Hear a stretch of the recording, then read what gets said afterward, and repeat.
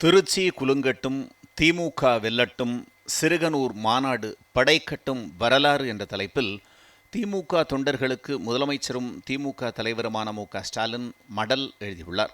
அதில் all roads lead to Rome என்று சொல்வார்கள். எல்லா சாலைகளும் ரோமாபுரி நோக்கி செல்கின்றன என்பது போல எல்லா சாலைகளும் இப்போது மலைக்கோட்டை மாநகராம் திருச்சியை நோக்கியே பயணிக்கின்றன.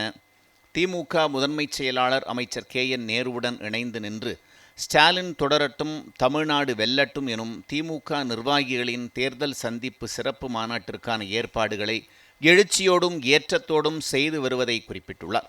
கருப்பு சிவப்பு உடன்பிறப்புகளின் அலையலையான அணிவகுப்பு மார்ச் 9ஆம் தேதி சிறுகனூரில் பெரும் கடலாக காட்சியளிக்கும். எந்த திருச்சியிலே நடந்த மாநாட்டில் திமுக தேர்தல் களம் காண்பது என தீர்மானிக்கப்பட்டதோ அந்த திருச்சி மாவட்டத்தில் அன்று இடம்பெற்றிருந்த குளித்தலை தொகுதியில் வெற்றி வாகை சூடியவர் முத்தமிழ் அறிஞர் கலைஞர். திமுக வரலாற்றில் திருச்சி மாநாடு திருப்பு முனையாக அமைந்ததை முதலமைச்சர் குறிப்பிட்டுள்ளார். ஒன்றிய அரசு ஹிந்தியை திணித்தால் இன்று மட்டுமல்ல, அன்று முதலே அதற்கான எதிர்ப்புணர்வை உயிரை தியாகம் செய்து வெளிப்படுத்தி தமிழை காப்பாற்றிய மண் திருச்சிதான். இப்போது ரயில்வே கோட்டத்தின் நுழைவாயிலின் பெயரில் ஹிந்தியை திணிக்கும் வேலையை செய்தபோது திருச்சி மாவட்ட திமுகவினர் பொங்கி எழுந்து எதிர்ப்புணவை காட்டிய காரணத்தால் அங்கே ஹிந்தி அகன்றது, தமிழ் நிலைத்து நின்றதாக திமுக தலைவர் மு.க.ஸ்டாலின் சுட்டிக்காட்டியுள்ளார். 2021ஆம் ஆண்டு சட்டமன்ற தேர்தலுக்கு முன்பாக இதே திருச்சி சிறுகனூரில் நடந்த திமுகவின் தேர்தல் சிறப்பு மாநாட்டில்தான் குடும்ப தலைவியருக்கு மாதம் 1000 ரூபாய் உரிமை தொகை என்ற அறிவிப்பை உங்களில் ஒருவனான தாம் வெளியிட்டதாகவும், மக்கள் அளித்த ஆதரவால் 10 ஆண்டு கால இடைவெளிக்கு பிறகு அமைந்த திமுகவின் திராவிட மாடல் ஆட்சியில் 1,31,00,000 மகளிருக்கு மாதம் 1000 ரூபாய் வழங்கப்படும் திட்டம் சிறப்பாக செயல்படுகிறது என்றும் குறிப்பிட்டுள்ளார். அரசியல் எதிரிகளின் சதிகளால் அதற்கு இடையூறு வந்துவிடக் கூடாது என்று முன்கூட்டியே 3 மாத உரிமை தொகையையும் கோடைக்கால சிறப்பு தொகையையும் வழங்கியதுடன் முதியோர் உதவித்தொகை பெறுவோர், கைம்பெண்கள், மாற்றுத்திறனாளிகள், அரசின் பராமரிப்பு உதவி பெறுவோர் என 40 லட்சம் பேருக்கு சிறப்பு தொகுப்பு வழங்கப்பட்டுள்ளதை பெருமிதத்துடன் முதலமைச்சர் மு.க.ஸ்டாலின் குறிப்பிட்டுள்ளார். இந்திய அரசியலில் ஈடு இணையற்ற தலைவரான கலைஞர் அவர்களை இயற்கை நம்மிடமிருந்து பிரித்த பிறகு உங்களில் ஒருவனான தம் தோள் மீது தலைமை என்ற பெரும் பொறுப்பை அன்பு உடன் பிறப்புகளான நீங்கள் சுமத்தினீர்கள்.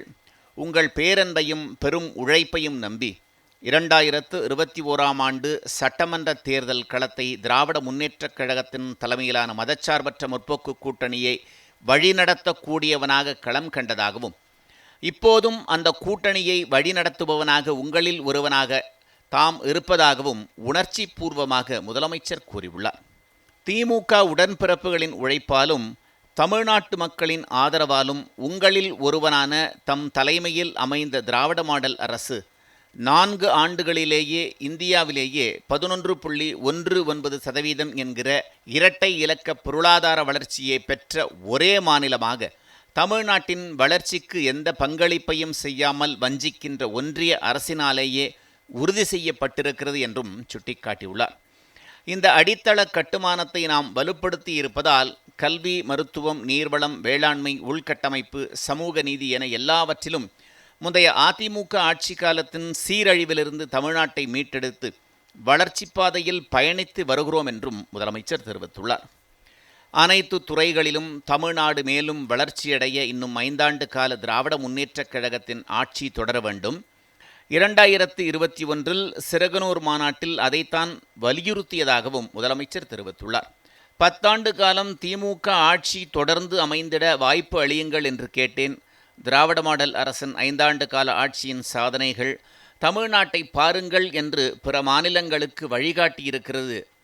அடுத்த 5 ஆண்டு காலம் தொடரப்போகும் திராவிட மாடல் 2.0 ஆட்சி அனைத்து துறைகளிலும் தமிழ்நாட்டை இந்தியாவின் முதன்மை மாநிலமாக்குவதுடன் சர்வதேச தரத்துடன் உலக நாடுகளுடன் போட்டி போடக்கூடிய அளவுக்கான வளர்ச்சியை நிச்சயம் பெற்றிருக்கும் என்றும் முதலமைச்சர் மு.க.ஸ்டாலின் உறுதிபட கூறியுள்ளார். கனவு மெய்ப்படும் நிகழ்ச்சியில் தமிழ்நாட்டின் முதலமைச்சரான தாம் உரையாற்றுவதற்கு முன்பு திராவிட மாடல் அரசின் அமைச்சர்கள் தங்கள் துறை சார்ந்த 5 ஆண்டு கால சாதனைகளை பெருமிதத்துடன் எடுத்துரைத்தார்கள்.